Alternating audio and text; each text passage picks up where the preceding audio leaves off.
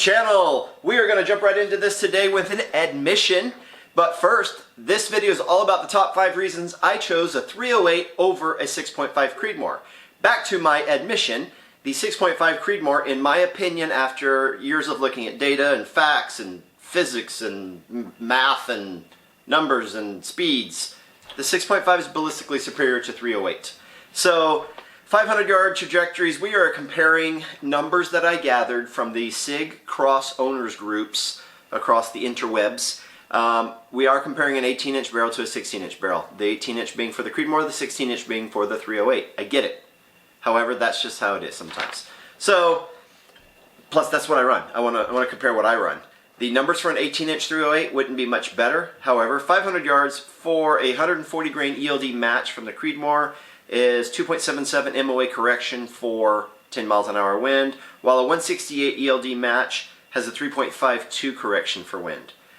The feet per second out of the Creedmoor at 500 is still 1945 feet per second, whereas the 308 is all the way down to 800, or 1800, excuse me. And then the energy, I'm not a big fan of calculating energy. I don't think it matters as much as people think it does. I think you just feel good about your magnum calibers and your big guns. Like, cool bro, you do you. But you can't show me that energy means much. But at 500, the Creedmoor's rocking 1175 with that 140 grain bullet, whereas the 308 is rocking 1208. So that's, you know, kind of a wash. It's not really that big of a deal. And so 1,000 yards, and then I'll jump into my 5 reasons I chose the 308. At 1,000 yards, the Creedmoor's got 6.83 correction for MOA, or MOA correction for wind, whereas 9.26 is what the 308 is suffering with. I've shot 308 at like 1,200 yards. I've shot 6.5 Creedmoor at 1,200 yards. It's easier. I don't have to be as good at calling the wind. I still have to watch it and do all that. But anyways, the speed on the Creedmoor is 1,324 at 1,000 yards at sea level. That's phenomenal. 1,087 for the 308s. Energy, because some of you guys like it, 545 for the Creedmoor. You know, that's like getting shot point blank with a 9mm. No thanks. Not signing up for that one. Whereas the 308's got 441.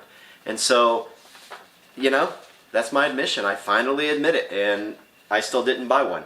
So here are my 5 top reasons. I'm going to put them over here, I think. If I'm getting better at my editing, I'm pretty sure I can put them over here.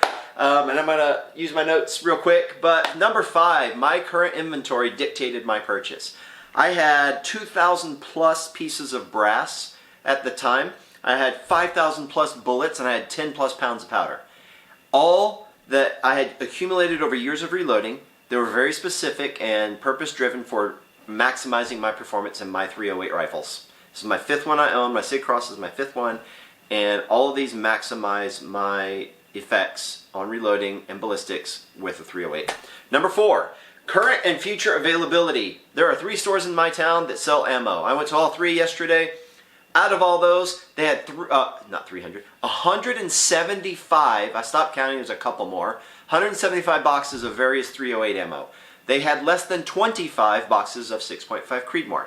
Is that because they're buying it and it's not staying on the shelves? Or are they not getting it? I don't know. I don't care. I know if I'm not reloading, I can go to the store right now and buy 175 boxes of 308 ammo. It's pretty awesome. Number 3, this one's ridiculous, but I don't care. 308 is the most adequate, because you don't really equate adequate with supreme, most adequate, middle of the road, do-it-all rifle cartridge we've got.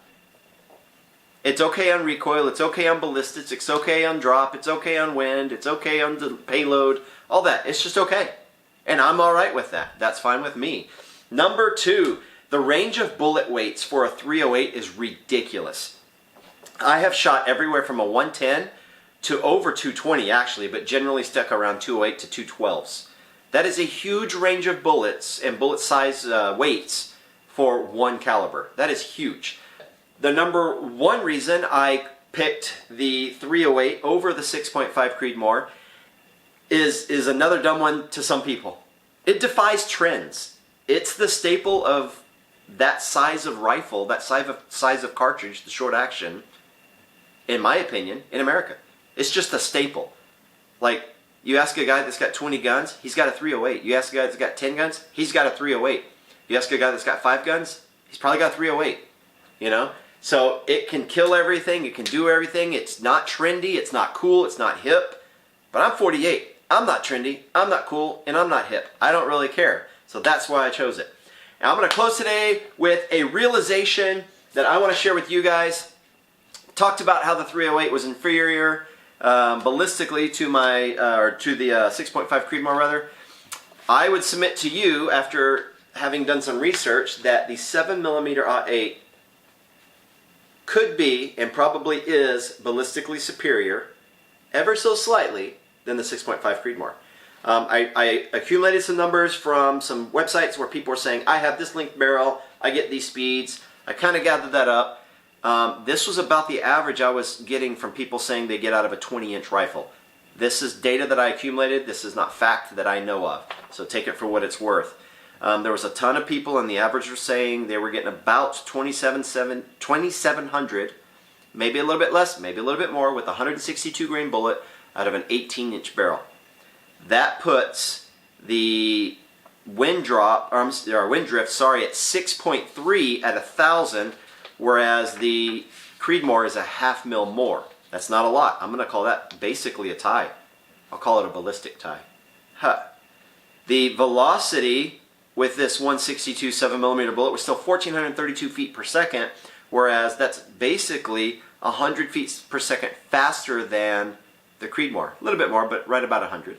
And then for energy, for you energy nuts out there, the Creedmoor had 545 foot-pounds, whereas the 7mm .08 had 738. So I do admit that I do need to do some more research on that, but seeing numbers like that keeps me hopeful that I don't have to grow a man bun on this bald head of mine and go get a 6.5 Creedmoor. I can just go get a 7mm .08, which I'm actually kind of excited about because I can just convert my 308. And I hope that helps you. Like, don't chase the new, don't chase the cool. Chase what you need, chase the results that you're looking for, and you'll find the right cartridge that suits you. So with that, stay tactical.